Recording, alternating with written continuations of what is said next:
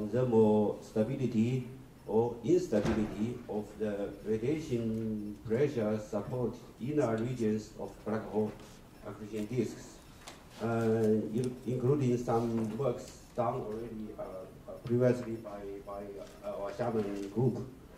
My colleague here, Dr. Li Xie, will present some new results tomorrow, also relating to this topic. So my talk here maybe just an introduction to his. Okay. Let me start from the classical local analytic state stability analysis. We know if one gets a sequence of steady state solutions at a certain radius in a disk and in the mass accretion rate and the surface density plane, and then we get this. It can be shown that the solution on these sequence lines, they are thermally unstable if they have this heating rate larger than cooling rate above and opposite below. And they are viscosity unstable if they have this partial derivative negative. So it turns out that the radiation pressure supported inner region of standard Shapura-Sonev disk are both thermally and viscosity unstable. Then the question is, what is the fate of such unstable disk? There have been two possibilities suggested as shown in this figure. The left one is for small alpha viscosity parameter, which is smaller than a critical value. Then a disk will undergo a so-called Drofdova type limit cycle. That is, a disk oscillates between two stable states. That is a gas pressure SAD and slim disks like this. Well, the other possibility is for the large alpha. That in this case, this slim disk solution and RF solution combine into one straight line. Then it is assumed that this gas pressure SAD can jump into a slim disk state and then evolve smoothly to an RF state. But this later possibility has not been studied extensively. So here I just concentrate the first possibility. Now what the observation tells us is that most X-ray binaries do not show this predicted variability, except only for this very long source GRS 1915 and more recently reported source with this long name. This is some observations, earlier observations about this GRS 1915. And this one is the more recent paper. They report the observational results for both these two sources. They show similar variability behaviors. Okay. There have been many studies, these global time-dependent studies on this limit cycle behavior and with applications to GRS 1915. For example, this figure is taken from this paper by Eva Suzerowicz and John Miller. This is for the limit cycle of alpha is equal to 0.1. This shows a very nice periodic change in the disk's thickness. They also noted that if alpha is very small, then the instability seems to be catastrophic. Now, our Xiamen group, we have also got a similar results. This 2007 paper is for swatched black hole, and this 2011 paper, which is in collaboration with our policy colleagues, is for a curved black hole.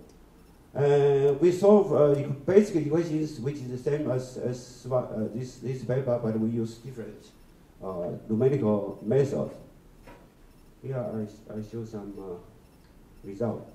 Well, this is a movie showing this periodical behavior. This for temperature, this for thickness, and this for surface density. This is a perfect limit cycle.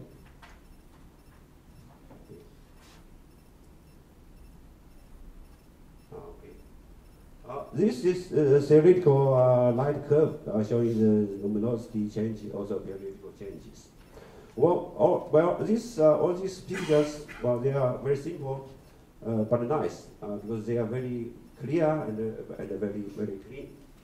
But the problem is why most known black hole X-ray binaries do not show such thermal instabilities. Well, everybody knows this paper, this important work by B. Heroes and others. They performed MHD numerical simulations and found that contradicting the HD stability analysis, radiation pressure supported disks are thermally stable. This one is what taken from their paper. Because this red line is for heating rate, and the blue one is for cooling rate. They are always almost well balanced, so there's no instability. So now the question is, what is the possible physical reason for stabilizing the disks? We have proposed two possibilities. One is to consider time delay between changes of viscous stress and that of pressure, which is reported in this paper. And this paper by Ciesielski, they got similar results, but it is more sophisticated in the sense that they considered a more complete parameter space. And the second possibility is we try to consider the effects of magnetic pressure.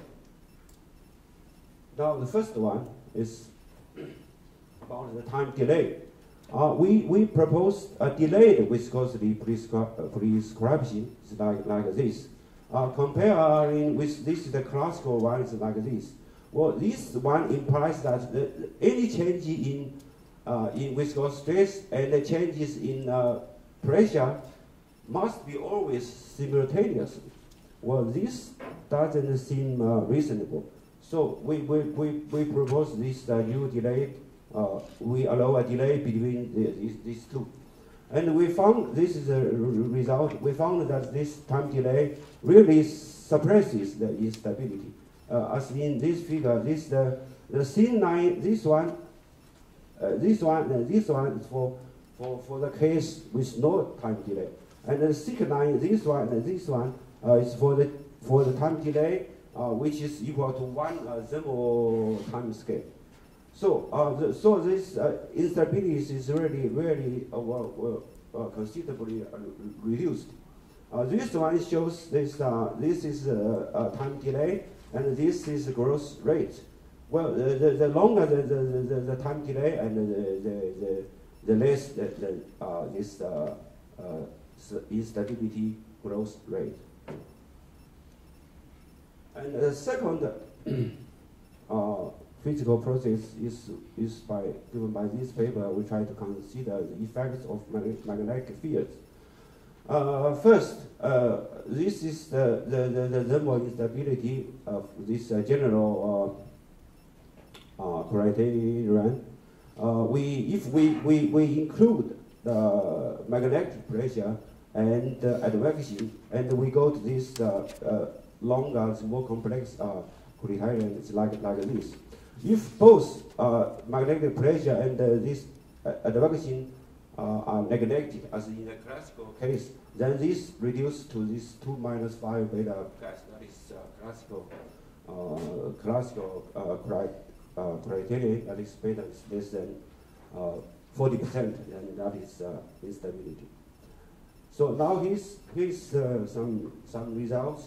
We show that if magnetic pressure is sufficiently large, let's say larger than about 20%, then all these instabilities will cease. This another figure shows similar how this famous S curve can become stable, totally stable as magnetic pressure increases. And we try to apply this to the observations. Well, just if magnetic pressure is sufficiently large and all these sources can be stabilized.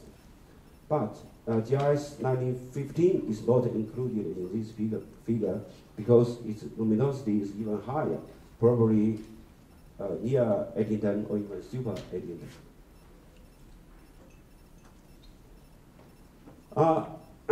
Now, finally, well, I come to these most recent MGG simulations done by John, Stone, and Davis. Well, they find them will run away. That means a disk either expands or contracts. This is very different from the Hirosedo 2019 paper. They discuss the reason why they have these differences. They thought it's probably maybe due to different horizontal domain size and or different radiation transfer algorithms, and more likely due to larger radiation to gas pressure ratios, which is about 2,000. And they think this is probably the case of GRS 1915. So it is the result is applicable to this source. Okay, these are some of their results. Okay, the left is this two is for expansion, and the right this two is for contraction, and up to this for density, and these two are for magnetic field. So this shows expansion. This shows contraction. Both them will run away. And this figure shows they found this heating rate indeed increases faster than the cooling rate, which is consistent with the classical criterion about this instability. Okay, this is almost all I have to say. Finally, I give a summary. Well, there is not yet conclusive answer to this problem of thermal stability or instability of radiation pressure dominated disks. Well, the thermal instability behavior of GRS 1915 and this source may be due to extreme radiation pressure dominance. That is, as I just say, about this ratio is about 200.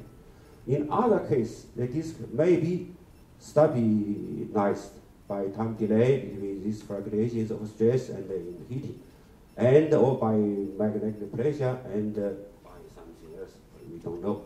So certainly more works are needed to resolve this very fundamental and already long existing problem.